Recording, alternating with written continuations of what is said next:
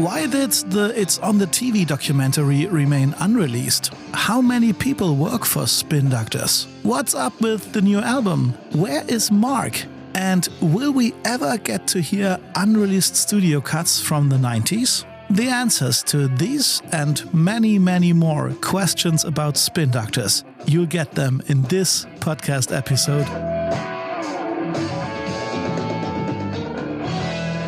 Welcome back to Spin Doctors Archive, the podcast. I'm Daniel from Spin Doctors Archive, your website about all things spins. Over the course of 7 episodes, we have thoroughly examined the band's musical catalog, starting with their initial demos from the late 80s and culminating in the 2013 blues album If the River Was Whiskey.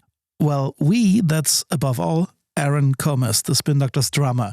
And today I have the pleasure of welcoming Aaron back as my guest for this unique episode of our podcast. Today it's all about your questions. Thank you so much for all the exciting questions you've sent me over the last couple of months and weeks. Very, very soon you'll get all the answers straight from Aaron. And without giving too much away already, that was an exciting Q&A session that we had the other day. So without further ado, here we go. Everything you always wanted to know about the Spin Doctors. Enjoy.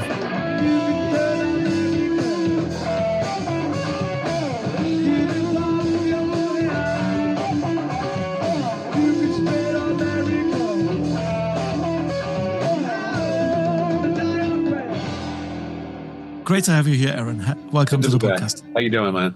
Doing great. Excellent. Are you ready for tons of questions about the band, about your albums, about the ups and downs of being a musician? I guess so. We're here, so let's go. Let's start with a question from Seb. He's Tube Person on Instagram. And his question is, I'd like to know which drummers or other musicians have influenced Aaron's approach in developing parts for the Spin Doctors. Aaron's playing has certainly had an impact on me over the years of listening to Spin's records and live tapes. Thanks very much. Cool question. Well, I mean, I'll go back to the early days, I was actually just thinking about this recently. Somebody asked me a similar question. What was let's take Pocket Full of Kryptonite, at the time, I was studying, I just moved to New York, 2 or 3 years before, and I got to study with Bernard Purdie for a year when I went to the new school. And Purdie's one of my heroes, he's a huge influence on me. And I was thinking about it recently, hearing some of the parts, and it just occurred to me that he was just such a huge influence on my development and style and sort of coming up with parts. Particularly back at that time when the band was, just getting started. So certainly Bernard Purdie is huge influence. He's known for his ghost strokes, which is a big part of my style, and just very groove oriented and, sort of simple fills around the toms. There's certain things I was doing back then that I know were a direct influence from him. So that's definitely a big one. But also, John Bonham has always been a massive influence on me. Take a song like Refrigerator Car, that drum intro. Although it doesn't sound a whole lot like Bonham. It's the thing Bonham did is he made everything just sound so big and full and fat. And so I often would think about him when playing, trying to get that big fat groove, even on Two Princes, it's just a simple beat, but it's got this big wide feel. And that's something that nobody kind of did better than Bonham, so he was a massive influence on parts. So it's more an influence on the style in general, or are these little details you try to make your own or to copy in a way, or how does it work? I'm not a drummer. I think coming up with a style, it's more you become a mishmash of all your favorite musicians, so there's a lot of drummers. Stuart Copeland, if you talk about sort of maybe the snare sound, which I have pretty cranked up, which wasn't really that popular at the time in the early 90s. Everybody was sort of, if you remember in the late 80s into 90, everybody had this sort of big snare sound with tons of reverb, that sort of heavy metal thing. And I didn't want to do that. And I always loved how Stuart Copeland, he really stood out when they came out in the early 80s. He had that crack, as did Purdie, as did a lot of the funk drummers, guys who played with James Brown and stuff like that. Bonham's sound was different. But, you know, you're a mismatch of all these people. I mean, Steve Gadd has always been a massive influence on me. There's definitely some things I do, like the little part on Jimmy Olsen, a little interlude. That's kind of like a Gadd thing. He did a lot of that stuff between the cymbal and the hi-hat and, you know, the floor tom thing, you know. So I would say like Gadd, Bonham, Purdy, Stuart Copeland. Also, I got to say like Steve Jordan, Charlie Drayton, you know, those guys were, you know, that Keith Richards record had come out about 3 years earlier. And also the B-52's record was just out about a year before we did our record. That's Charlie Drayton. Again, I just loved that real tight pocket and the cracking snare sound that he used. And same thing with Steve Jordan with Keith Richards. And actually it's Charlie Drayton playing drums on the single Take It So Hard. So that actually, those two guys were a real big influence sort of on me sonically and stylistically around the time of that recording. And over the years, obviously my style has changed, and it's, you know, it's been over 30 years. We just made a new record. We've done many records in the interim. So, you know, lots of other drummers and influences have come to play since then as well. So you're a songwriter as well. Are there any musicians who you're looking up to when it comes to writing songs or parts for Spin Doctor songs? Yeah, I mean, the stuff that I contribute musically, I write on guitar mostly, and you know, it's an interesting question. I've always sort of liked a sort of melodic approach. You know, I tend to my songs tend to have sort of like arpeggios or interesting sort of melodic phrases. And there's actually, you know, somebody who was a really big influence on me guitar wise early on was my friend Kenny Withrow, who plays in the Edie Brickell and the New Bohemians. And he, you know, we used to play together all the time when I lived in Dallas. I'm going to see him this week, actually, because I'm going to Dallas. And, you know, the New Bohemians was a band that I would go hear all the time when I was in high school. And I always just loved their sound. And Kenny had this really sort of eclectic, just really cool guitar playing style, atmospheric. And he did a lot of finger picking and melodic sort of composing. So take a song like 40 or 50, which is the first song that I wrote with Chris for the band. And that's definitely something that like was influenced from something like Kenny would have done, you know, so. You were guesting with the New Bohemians a couple of years ago on one of their latest records, right? Yeah, I think I'm on one song because I've done a lot of work with Edie on her solo stuff. And when they put out a record, I think they took one of the tracks from one of those sessions, which is why I'm on that record. Cool. Okay, so let's go on with the next question. It's from Craig Hussey from Instagram. Hi, I'm listening to the podcast. Absolutely brilliant job. As a Spins fan, they are fascinating inside view of the band. Thank you so much. One question I have may seem like an obvious one, but I'm going to ask it anyway. What is the song Mary Jane really about? I know it's probably about marijuana, but what do the references to an uncle picture show mean? You know what? I have not heard that song in probably 30 years because we recorded it. We played it a little bit then. And we haven't played that song. It'd be a fun song to bring back, actually. You know, it's a song that Chris did with Ben Lewis, the Fun Buddies. Right. So, exactly, that's right. I think him and Ben wrote that togetger, or maybe Chris wrote it. I can't remember. That's a song that I have not heard in so long. I'd have to go. The line is that he's referring to is I think I asked my uncle if I could go. Yes, go out and take Mary Jane to the picture show. Yeah. I mean, I'm sure that there's all kind of, you know, Chris, his songs have a lot of different layers of meaning in them, you know. Yeah. And but that's a question for him because I haven't. We'll save that question for a Q&A with Chris, I would say. Yeah, do that because it's been years since I've actually heard that song. I probably knew the answer at one point, but I can't even remember the lyrics at this point. It's been so long. Great. Okay, so then Steven asks on Facebook, are there any videos from the Wetlands days? There has to be some old VHS videos that someone has out there. Are you aware of any of that stuff? It's a great question. There's got to be stuff. I mean, I haven't scoured the internet for it. I would think you would probably know the answer better than me. There's got to be some stuff. I mean, sadly, you know, back then, nobody had phones unless it was somebody brought like a video camera. Maybe there's some stuff from the reunion show we did, you know, in 2001. But I've never seen any videos from that, but I remember some very old VHS tapes floating around from the early Wetlands days and from the Nightingale, actually. But like only one or two that I really remember. I know. I'm sure there's some stuff out there. I don't know where or who has it. There's got to be. I was always hoping for the big Spin Doctors headquarters archive room where all those stuff from the early days is archived, but you never did anything like that, right? Yeah, I don't know, man. I don't know where. I know there was like a lot. I mean, once we got our record deal, there was a lot of like video stuff, live stuff filmed, and there was that thing that was supposed to come out. It's on the TV for a minute. I know people have asked about that. And somehow it got scrapped. There's definitely a lot of stuff in the vault somewhere. Todd Harrington asked on Facebook, I love the podcast. I was wondering if you could ask the band members whatever happened to the It's on the TV live video. I worked at a record store back in 93, 94 when it was supposed to come out, but I never saw the release. Yeah, I don't know what happened. I remember that, and I remember it being really cool. It was like a sort of like a little mini documentary, a lot of live footage. I really don't know why it didn't come out. It could be a number of reasons. Just thinking back about the band, I mean, maybe somebody in the band didn't want to put it out. Maybe the record company decided not to put it out. I don't remember. I wish we would have put it out because it's cool. There's another great thing that was out. You might be able to find it online that MTV did. Do you remember that documentary MTV did on us? It was like around 93. It was when the band was. So yes. And it's excellent. It's like an hour-long thing. It's really well put together. Good interviews, tons of great live footage. And I remember thinking that was really cool. That's somewhere to be found.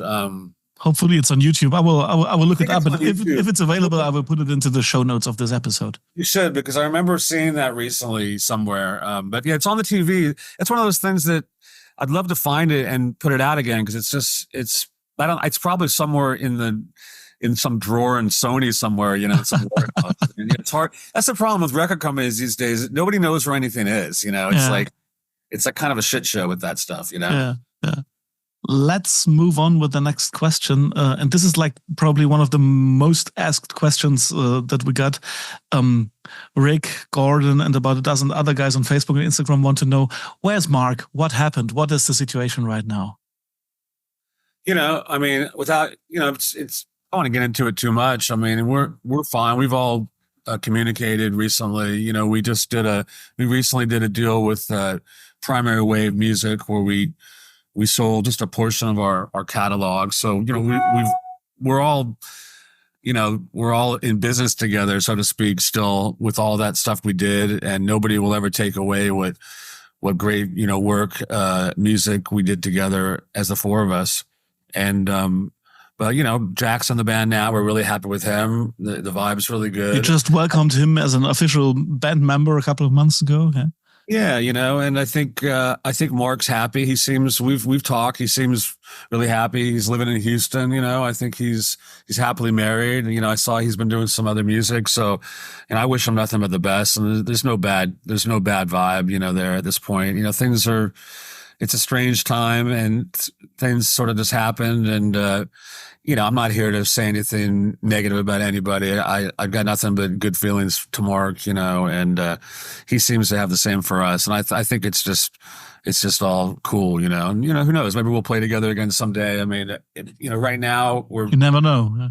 You never know. We've been down this road before, but right now we're loving the vibe. We have this new record coming out with Jack. So we're full steam ahead, Chris wants to know, you played with Mark for about 30 years. Was it challenging to lock in with a new bass player? No, because I play with so many musicians all the time. Jack in particular is somebody that I had played, hundreds of hours before he started playing with us, because we've done a lot of recording sessions together. We played together on multiple various Western Hagen tours. Western Hagen is a huge star in Germany and in Europe. And you guys are in his live band for like well over 10 years by now, right? Yeah, like 15 years or something. Yeah, so, right. I've done a lot of big shows with Jack before he started playing with us. So it was never a problem. And, he's such a professional. He just fit right in. I mean, he brings his own sound and contribution to the band now. Mark's an incredible style, unique kind of bass player himself. And, so like I told Jack, I said, he asked me, I said, don't worry, don't worry about, you're not going to be able to copy Mark. I mean, nobody can really play like Mark, he does his thing. So just do your thing. And, he knows when to the bass lines that are really important to the songs of the band, you respect, and he does, and but I pretty much gave him free rein. I said, just do your thing. It's really interesting how Jack is making some of the old songs his own. I really like the version you're playing of Big Fat Funky Booty at the moment. Yeah. He's doing it a little differently than Mark did, and it's such a great line that he's repeating all over again. And I really like if it's on the set list and it's like, yeah, this is a great version at the moment. Yeah, I mean, again, there's certain things that are really important, and other things, it's always good to not be too precious about anything. Even before Mark left, I mean, it's like we've always changed up our stuff. That's part of what makes the Spin Doctors fun, is like, you got to respect the songs first and foremost, but things always develop over the years. I mean, when you're playing some same songs for 35 years, you're not going to play them the same way, or things will subtly sort of shift. You might not even realize it, And it's fun for me. Sometimes I'll go back and listen to like something from a long time ago, and I'm like, oh wow, okay, I'm going to bring that back. That's really cool. So, you can't be too precious with it. A question from Mark Eisenberg. I'm interested in learning more about how Jason's role with the band has evolved over the years. So for those who don't know, Jason is your longtime manager, Jason Richardson, and he's still working with you, right? Yeah, he's our manager. He's our full-time manager now. I mean, Jason, when we first started out way back when, he became our manager. Like every band has a manager. You get going, eventually you get like a friend becomes a manager. And then what happens a lot is that once things start to progress, you might get like more of a big time manager, an established manager. So David Sonnenberg became that guy. And the difference between us and most bands is most bands will get rid of their Jason at that point and just go on to the big guy. But we didn't do that. We were very loyal. And Jason, we always thought he was a really important part of what we do. So we kept Jason on, and he's been with us the entire time. And sort of always worked with, he would come on the road with us. He was sort of like our tour manager, but always more than that. And working with David. But in the last like 10 years, Jason has become he's our manager. He pretty much handles everything. We still work with David Sonnenberg in some fashion. I mean, because he's, he'll always manages the older catalog. So like, he's helping us with, he helped us with the Primary Wave deal. He's helping us out with the record deal that we'll talk about in a little bit. And so he's still like, a part of the team, but Jason is now our full-time manager. And he's, we've all been in this business for a long time. So we were really young and green back in the early days, and we needed somebody like Sonnenberg. And now we've all been around, and Jason can totally handle it, and he's doing a great job.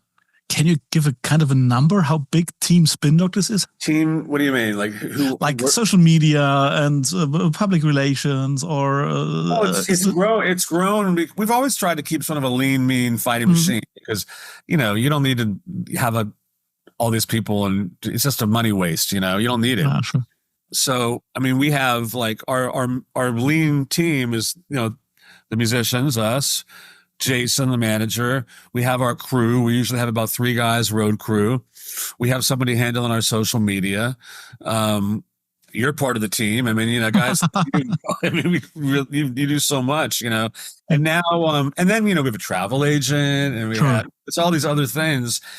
But now we have a lot more people sort of on the peripheral working for us, because we're partnering up with Primary Wave, and they're great because they come with a whole staff of people, that also do social media. They're really helping to get our YouTube page together. They can deliver kind of their infrastructure for what you are trying to achieve, right? Exactly. They're helping out. They're going to be helping out with the new record. They're going to be helping to pitch our songs. So they're a really great team. And I think it's going to be a really great partnership for the band. And then you got the new record label, so there's some people over there. And then we have the booking agent. We actually just switched booking agents. We're with UTA now. And they come with a big team. So, if you look at it like that, there's a whole lot of people, working together.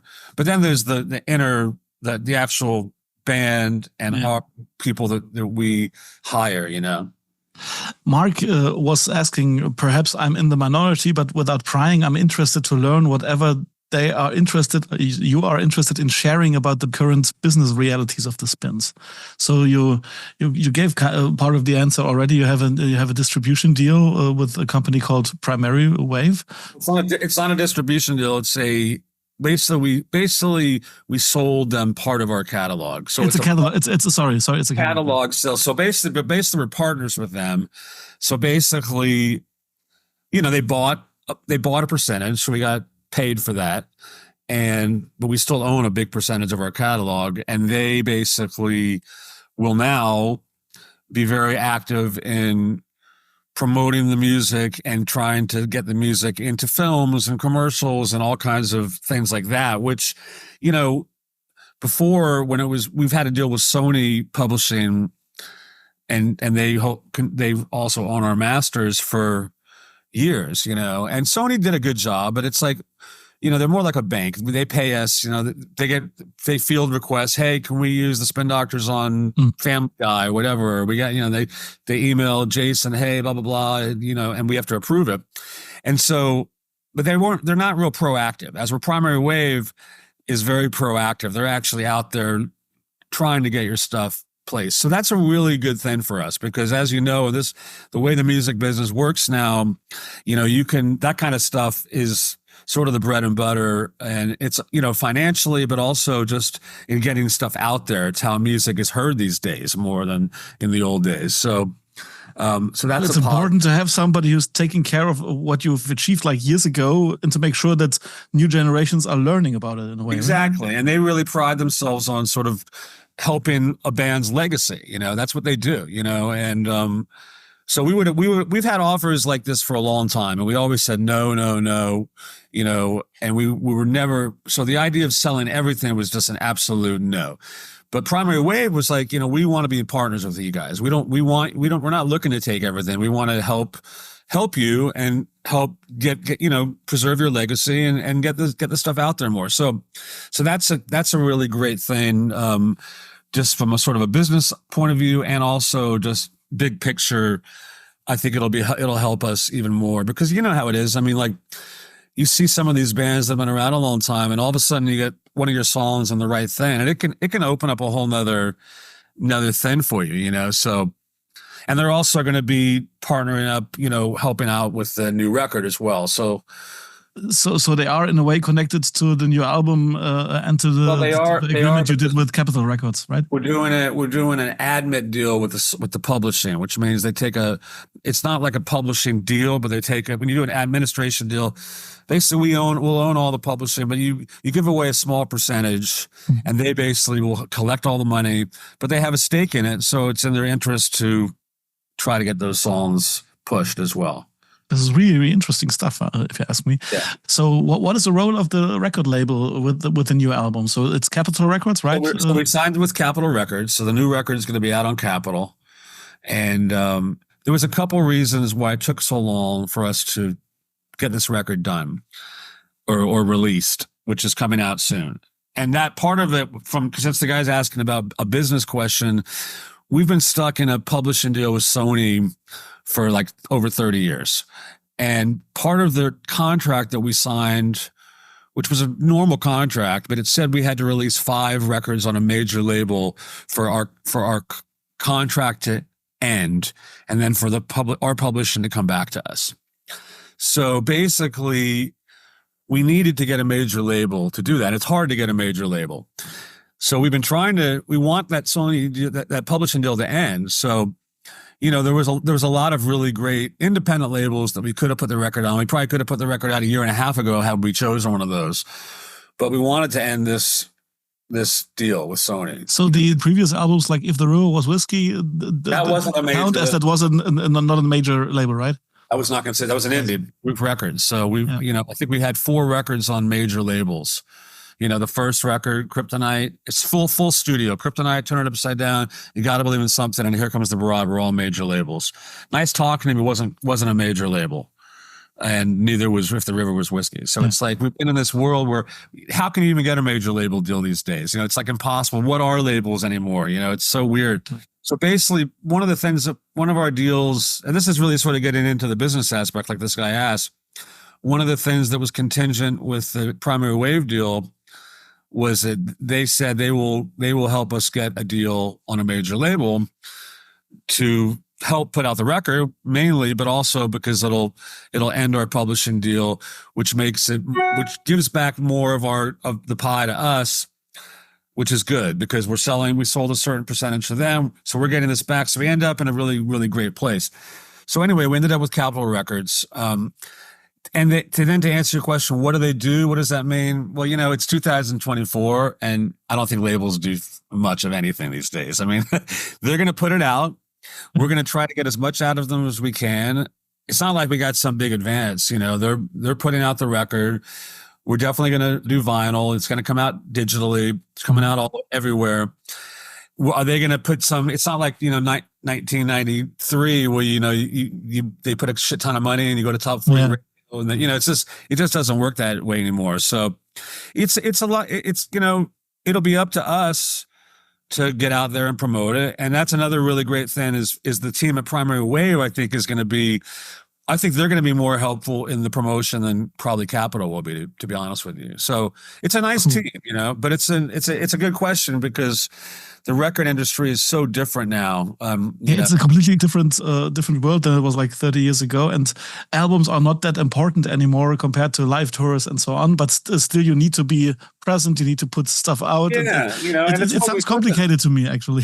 It's what we do. I mean, it's what artists do. We love to write songs. We love to make recordings, and it's, and you want to give your fan base, people who are interested in an album, a good album. So we're real proud of it. I'm sorry it's taken so long to get it out, but it's finally coming out.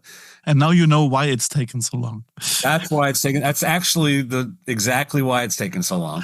Okay. Nobody was saying anything about it until now, but there you have it. That's good. That's okay. That's fine. Okay. So for the next questions, back to more music-related questions. Simon Thornton Smith sent the following question. In any part of music history, who would you love to have played drums with? That's a good one. I mean, I think for me, there's a lot, but I think if I had to name one, it would be Miles Davis. Okay, you're a huge fan, right? Oh, I love Miles Davis. I love every era he ever did. I mean, and he changed he kind of changed music like 5 times. I mean, he really did. Nobody else has done that. I mean, he literally every decade did something new, and I would have loved to have gotten to play with him at some point. Okay, so if there is a parallel universe where Miles Davis would still be alive, you would do anything to play with him. Absolutely. Great. Okay, short interruption. If you followed along until now, it's clear that you are a true Spin Doctors fan. And then you'll definitely be interested in this cool compilation. They call me Chris Barron.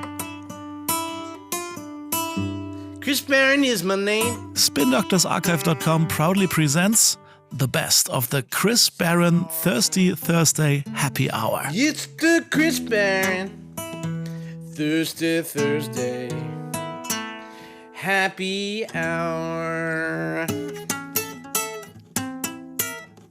This musical compilation features live recordings from Chris's weekly webcast series, which he presented during the peak of the pandemic in 2020 and 2021, compiled and edited by yours truly. My jeans said, Dad, I wanna go to Hollywood and be in the picture shows. And he said, Norma, what will they do when you go? Well, Dad, they'll take lots of pictures and call me Marilyn Monroe. I simply picked my favorite performances from the 2021 run of the show and created a live sampler for everyone to enjoy. These things and others I find all in the eye of the needle. All in the eye of the needle in my mind. It gets even better. Chris Barron himself gave the green light for the project and even crafted a touching and moving introduction for the collection, which is really worth reading. Don't look down as you soar for miles, 'cause every Foo Phones gets to fly for a while. Visit our website, spindoctorsarchive.com, to stream or download the free compilation album, The Best of the Chris Barron Thirsty Thursday Happy Hour. I really, really recommend it. Daniel loves the deep cuts. And back to your questions and Aaron's answers. Have fun. Okay, another question from Milan on Facebook. Do you think Spin Doctors was a grunge band? You appeared at the same time. You were dear to many of us who were fans of classic rock, now old people. But do you consider yourself a grunge band? No, definitely not. I mean, and I don't even consider a lot of the grunge bands. It's just a silly name that everybody put on, like a trend label or trend label, fashion. And, I think there was those bands, Pearl Jam, Nirvana, Soundgarden, a bunch of them that it was heavier rock and everybody wore flannel and they just slapped that name on it, It's kind of like us. They called us, neo-hippie for a minute, bands like us and Blues Traveler and Fish. And then we had the pop hits. And then, so, I remember sometimes we go to Europe and I'd see like grunge band Spin Doctors touring, and it was always like, okay, well, whatever, But no, I never put a label on what we do. I mean, we're a rock and roll band. There's a lot of different influences on our music.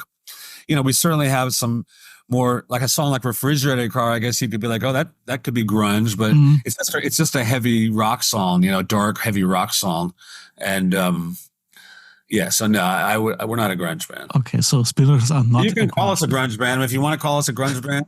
I don't care what you call us; it doesn't matter. I always thought you were like the opposite of what they declared grunge. It was like very, very serious and very dark. Not that you didn't have darker songs, but you had a more positive approach in a way, and it was lighter and it was still very rocking music. So to me, it was like the opposite of grunge, actually. Absolutely, and I think it was part of what sort of made us stand out at that time too. There's no question that like the grunge thing really helped a band like us get there because all of a sudden rock was back in the forefront. I mean, Nirvana's record came out. I think our record actually came out a week before Nirvana, or theirs came out a week before us. It was like, right. And when Nirvana broke, it was just great because all of a sudden it was like, oh shit, a real, rock is back on MTV and on the radio. And then you had this whole thing. And then, so for a band like us, we were a rock band, but we were also, like you said, sort of a little lighter, happier. And it was sort of a nice balance, I think, to that. And I think it made us sort of stand out a little bit, because it was different.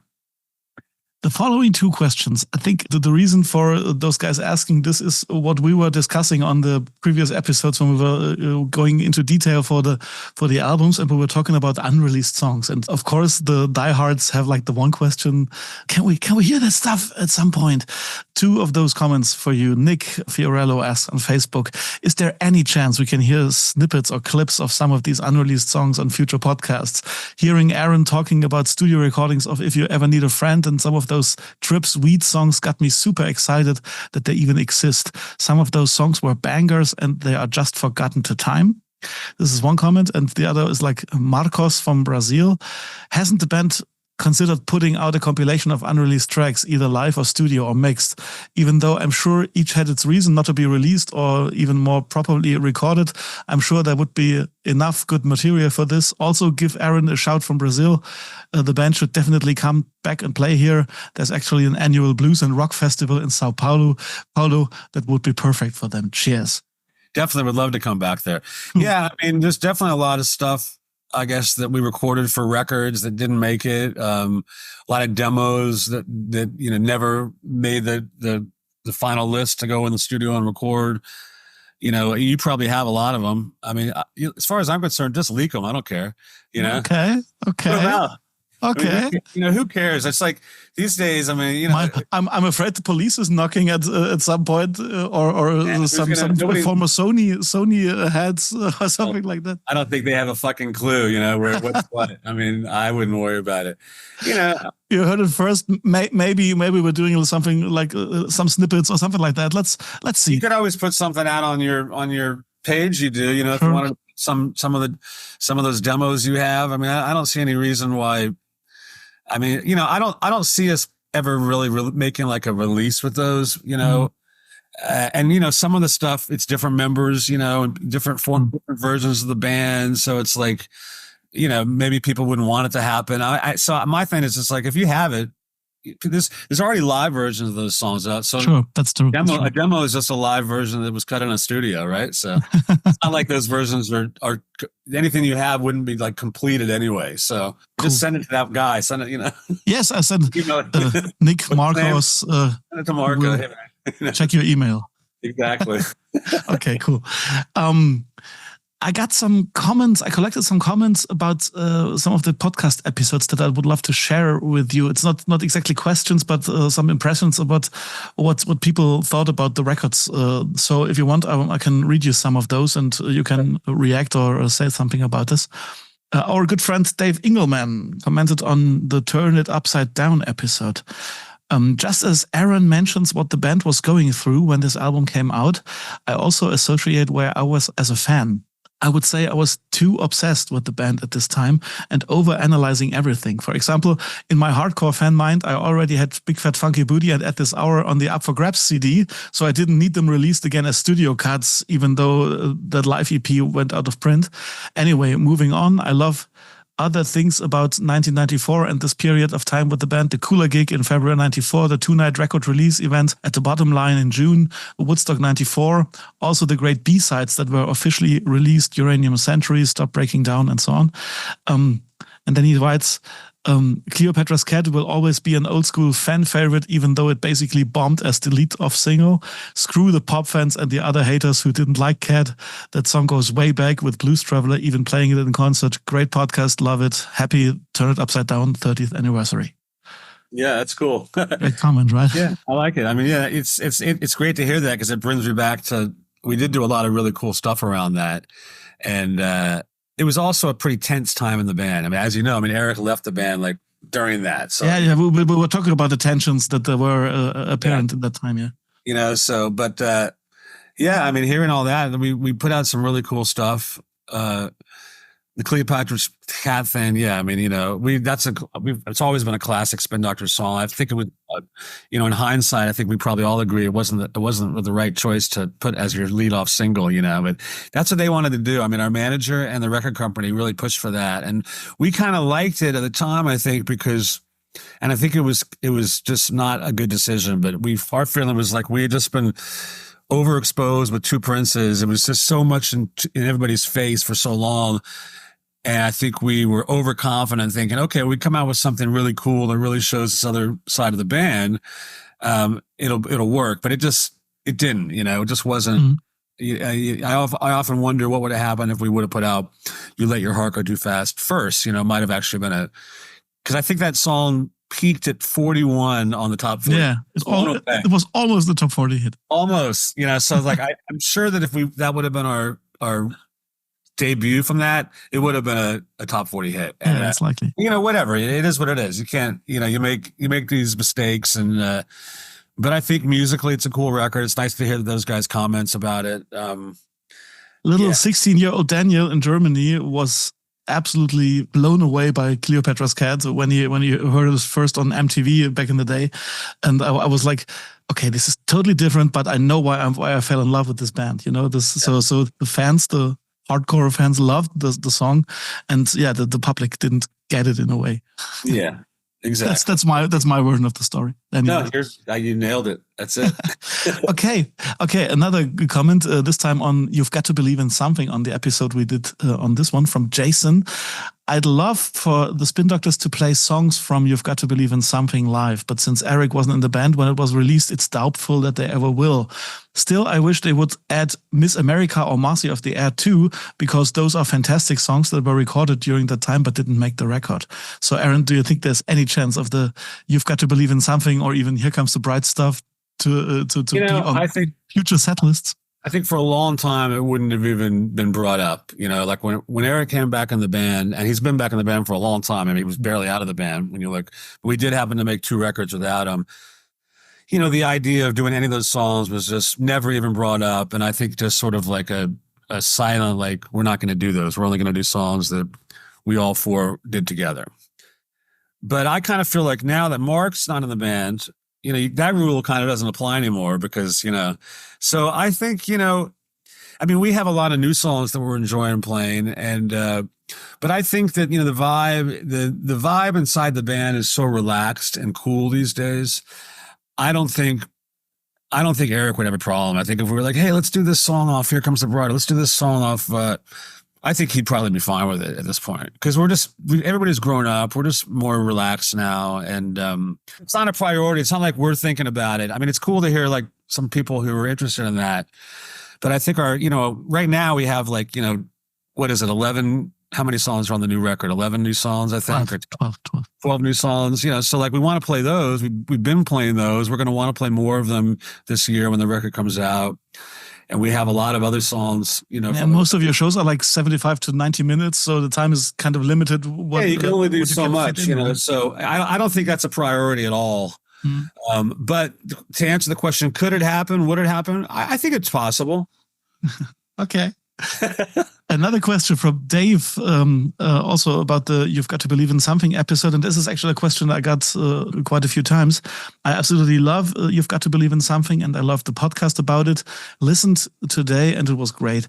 By the way, does anyone know why it's not on Spotify? And this is like a phenomenon in Europe and in other parts of the world, I guess. The two albums without Eric, so You've Got to Believe in Something and Here Comes the Bride, are not available on streaming services outside the US, I guess. Really? I didn't know that. So that's good information. Okay. That's good information to know.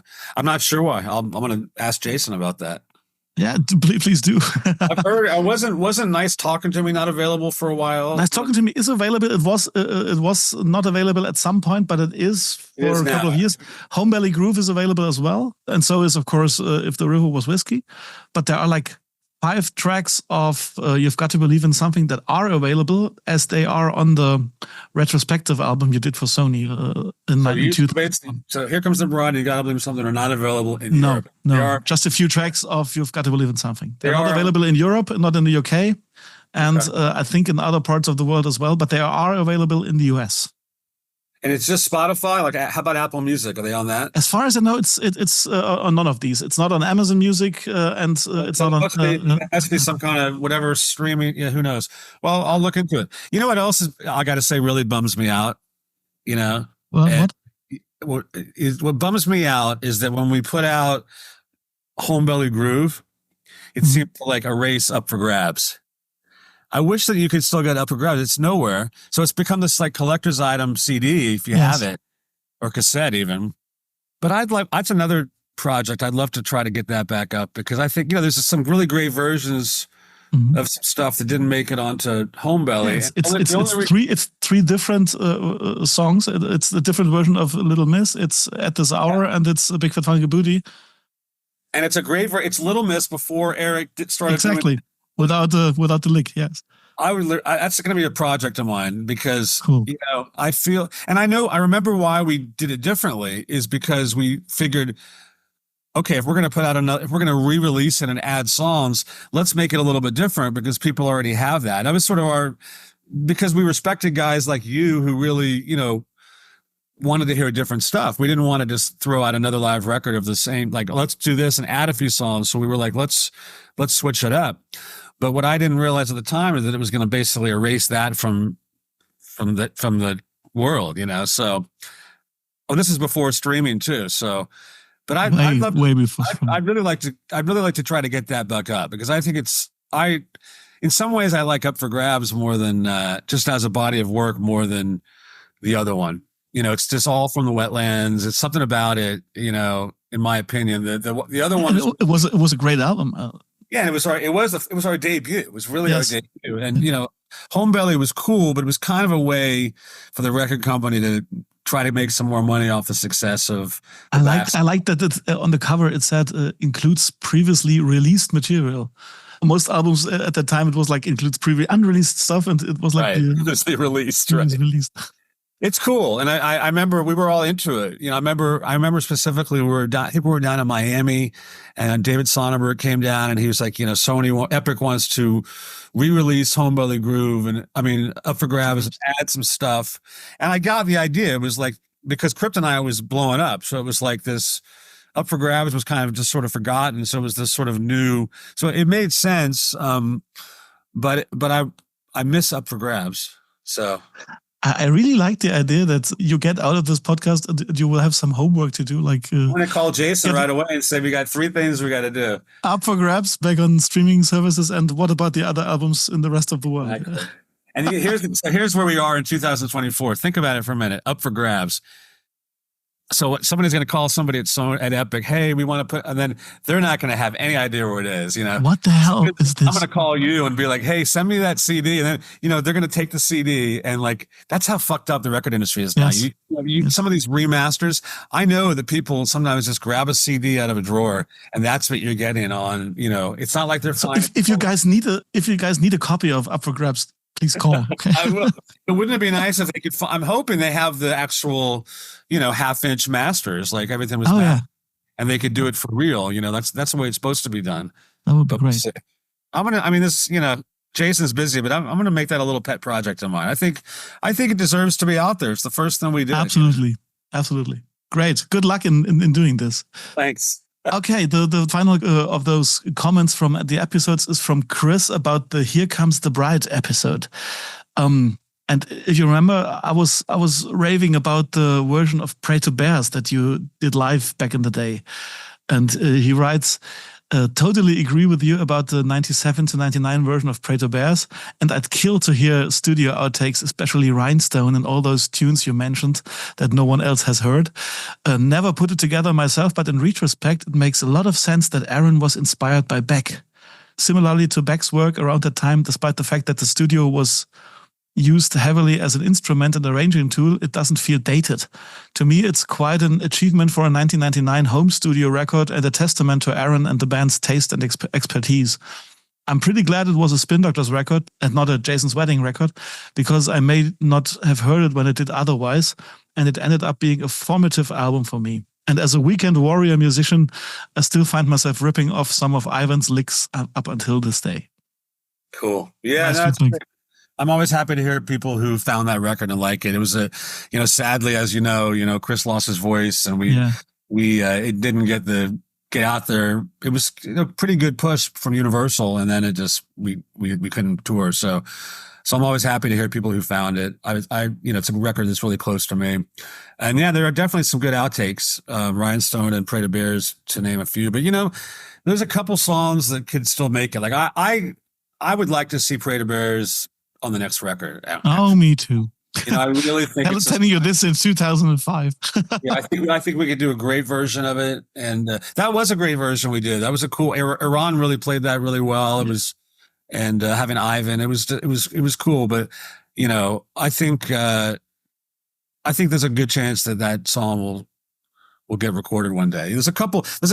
You always want to write new songs, but there are a few old ones still that I would like to see make the light of day, that were never put out. So, and Pray to Bears is definitely one of them. And it seems to be like, I know it's one of your favorites. There's a whole bunch of people that, that was Chris's brother, Jeremy. That was one of his favorite Spin Doctors songs. He recently passed away. So he recently passed away, yes. It'd be a nice tribute to him, oh yeah, great. That would be a great idea, yeah. So, but anyway, we'll see. And again, you could always just, if you want to, I don't care if you want to leak anything, send it to that guy. Just tell him not to leak it. Okay. We'll continue with the last part of the Q&A in a moment. If this is your first time tuning into Spin Doctors Archive, the podcast, you will want to explore the other episodes of this channel after completing this one. From the first demo tapes in the 1980s to the worldwide successes Pocketful of Kryptonite and Turn It Upside Down, to the later records Nice Talking to Me or If the River Was Whiskey, Aaron and I take an extensive deep dive into the Spin Doctors discography. How did the respective albums come about? What was the mood in the band? Which songs didn't make it onto the records? Great insights into the exciting history of the Spin Doctors, one era per episode. So when you've finished here, start with episode 1 and discover the music of Spin Doctors all over again. I'm really glad you're here, and I hope you enjoy this podcast. Okay, and now back to Aaron and all your questions.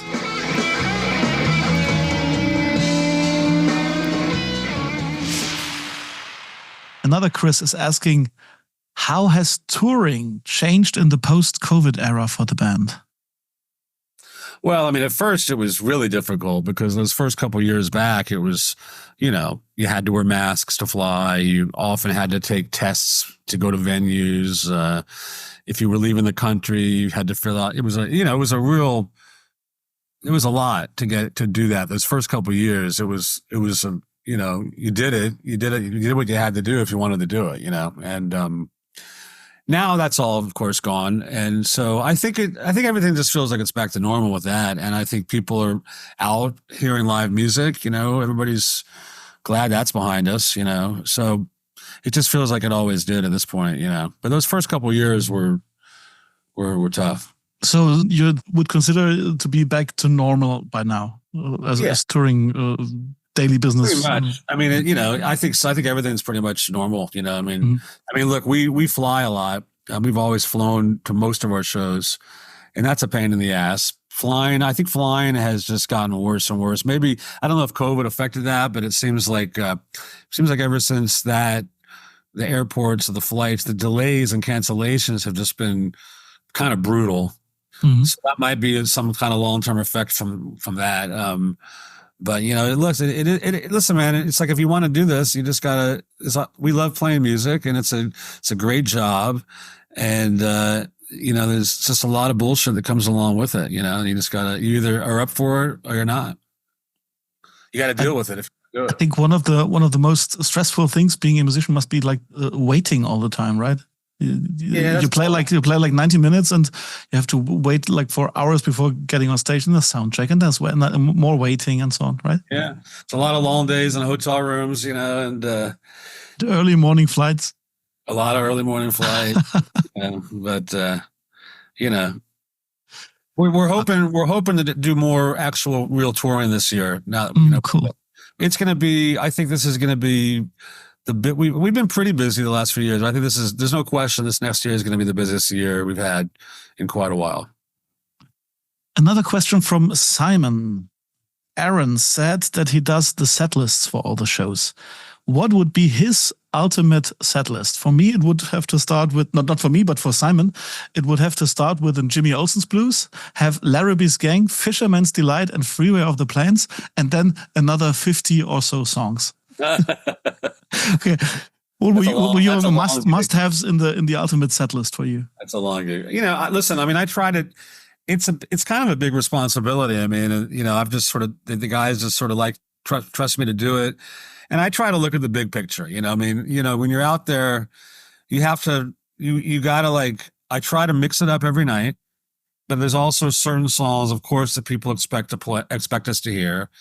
And I would never dream of showing up and not playing those for people because, let's face it, most people are coming to see us they expect certain things. So, sometimes from year to year, we might have certain forms might take shape in the set that really work. Like the last year or two, most of the sets have been ending with, Baton, Gorilla, Two Princes. It's just a real boom, boom, boom. And it just works. Like every night it's really great. So certain things like that, we've been changing up the opening slot. For years we're opening What Time Is It? And finally it was like, we gotta change that.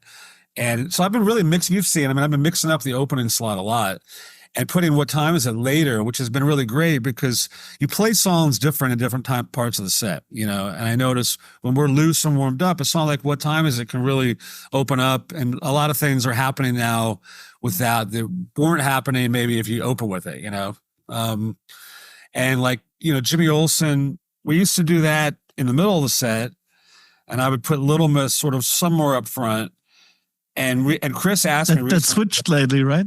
Switch, and that was because Chris asked me. He's like, let's switch that up because I guess Jimmy is a difficult song to sing, and so it's a lot easier for him to sing it early on in the set.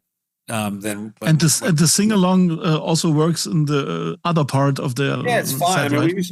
I think it's usually somewhere in the usually number 5 or something like that, 5 or 6, and then but then there's all these other slots where we're trying to rotate some of the new songs. We haven't done all of them yet, but I'd say at least half of them we've done,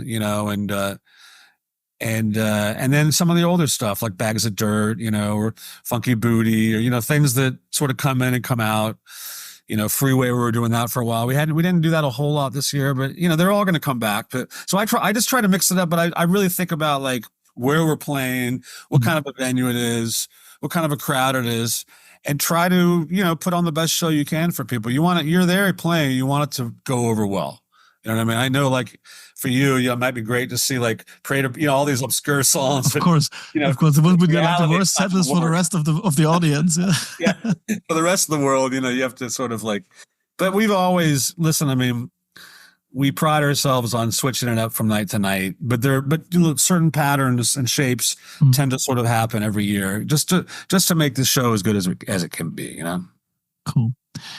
A question from Jamar. He's asking, can you do a podcast segment on performing at Wetlands in New York? So he wants to know, what do you remember from the time at the Wetlands, which was like one of your formative clubs and one of the places that you've played very often in the early days?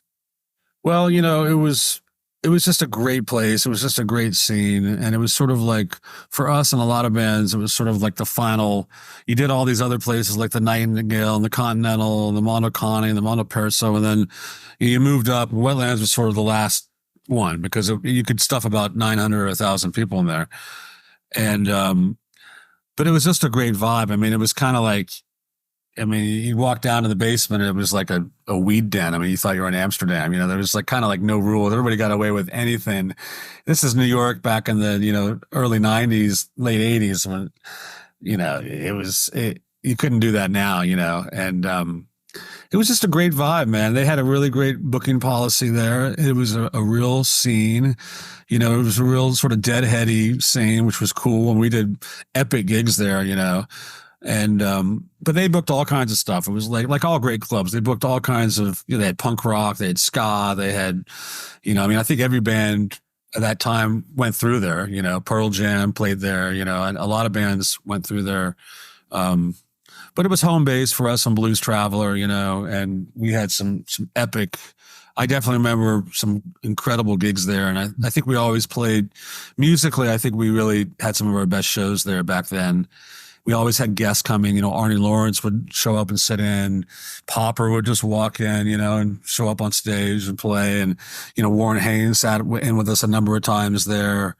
If Joan was in the house, she'd come up. It was just a great vibe. How are your connections to those artists and bands now, like 30 years later? You're still in touch with guys like Warren Haynes or John Popper? You are friends with Blues Travelers, right? Yeah, I just saw Warren in LA 2 weeks ago. Yeah. We were both there for different reasons, but we were staying in the Sunset Marquee. We saw him. It was great to see him. And, I just talked to John Popper on the phone last week.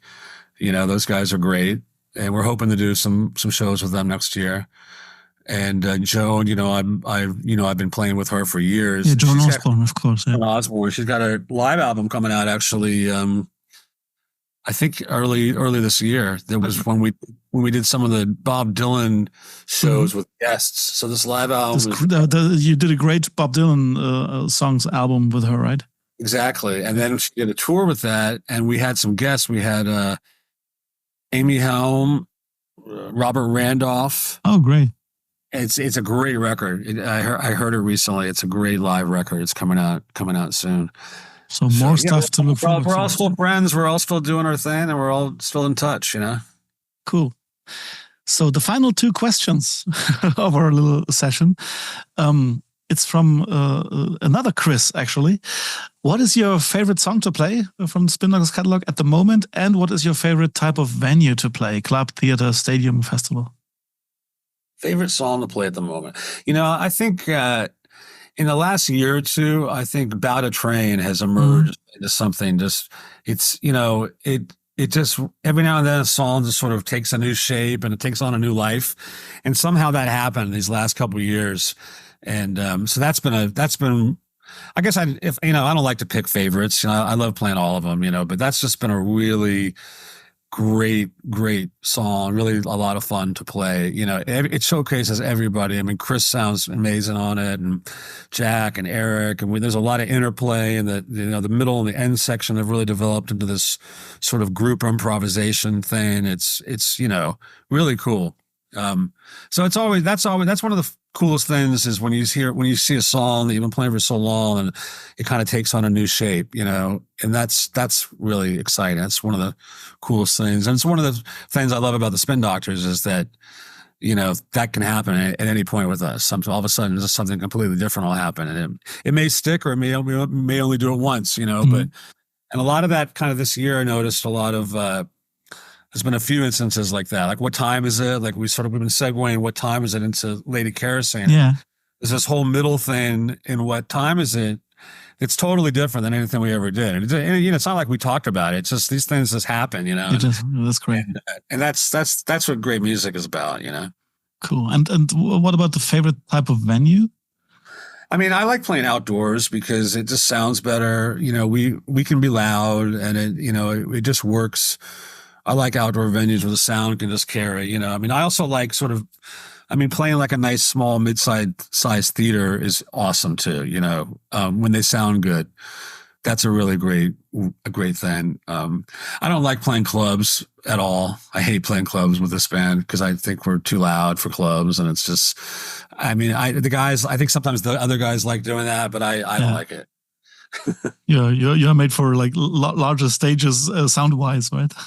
I mean, I think if you're going to play a club, you know, if you can play the club, if you can, you know, it's just like, if we've gotten better with that, there's no question. But like, you know, if you're too loud in a club, it's just going to sound like shit, you know. And it's good to be loud. You know, we're a rock band. You want to play loud. We're a big fucking rock band, you know. And I think we've gotten our volume really controlled. I'm very happy with the stage sound. I think our stage sound is better than it's been in years. And that's something we've struggled with off and on, you know. And so that's more comfortable than ever before. And we've done a few clubs, and it's cool. I prefer, it can be fun, you know, a sweaty little club every now and then, but I prefer like the outdoor venues.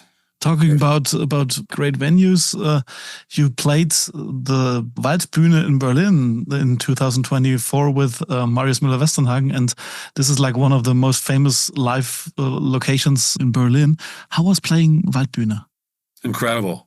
That's the second time I played there with him, and this last show. In fact, I don't know if you know, but there's a live record coming out, and that entire show that we just did is the live record, and it's a great show. Yeah, playing that venue it's just an amazing place. I think it holds like, I don't know, 25,000, 30,000. I think so, yeah. It's a big, cool, really one of the most amazing venues I've ever played, for sure. So even if you don't speak any German, it's worth checking out the new live album and hear and see Aaron play at one of the most famous stages and venues in Germany. So Westernhagen live at the Waldbühne. Check it out. Okay, thank you very much for answering all those questions. It was a pleasure talking to you and getting all this insight and all those interesting answers. Thank you very much. Yeah, it's fun for me too, because I often don't sit around thinking about these things. And don't forget your homework. I know. Believe me, I've got 3 things I got to do. Thanks.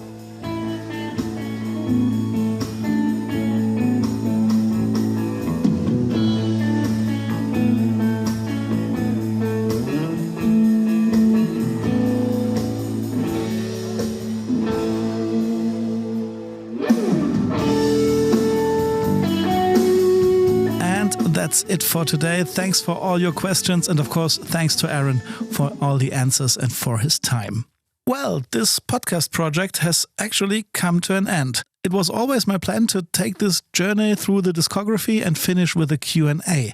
But you know what? Your feedback was so great, and the band is about to release a new album, and there's still so much to discuss and to rediscover. Oh yeah, and I've already made an appointment with Chris for an episode. In essence, this podcast will for sure continue its journey. So please subscribe to this podcast. Send me feedback. Please give me a 5-star rating or a nice comment on Spotify or Apple Podcasts. And thank you. Thank you for all your support.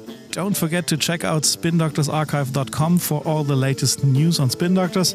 And I'm really looking forward to the release of the new album and everything that's to come. With that said, Thanks for listening so far. All the best and Mau Bi Jiao, people.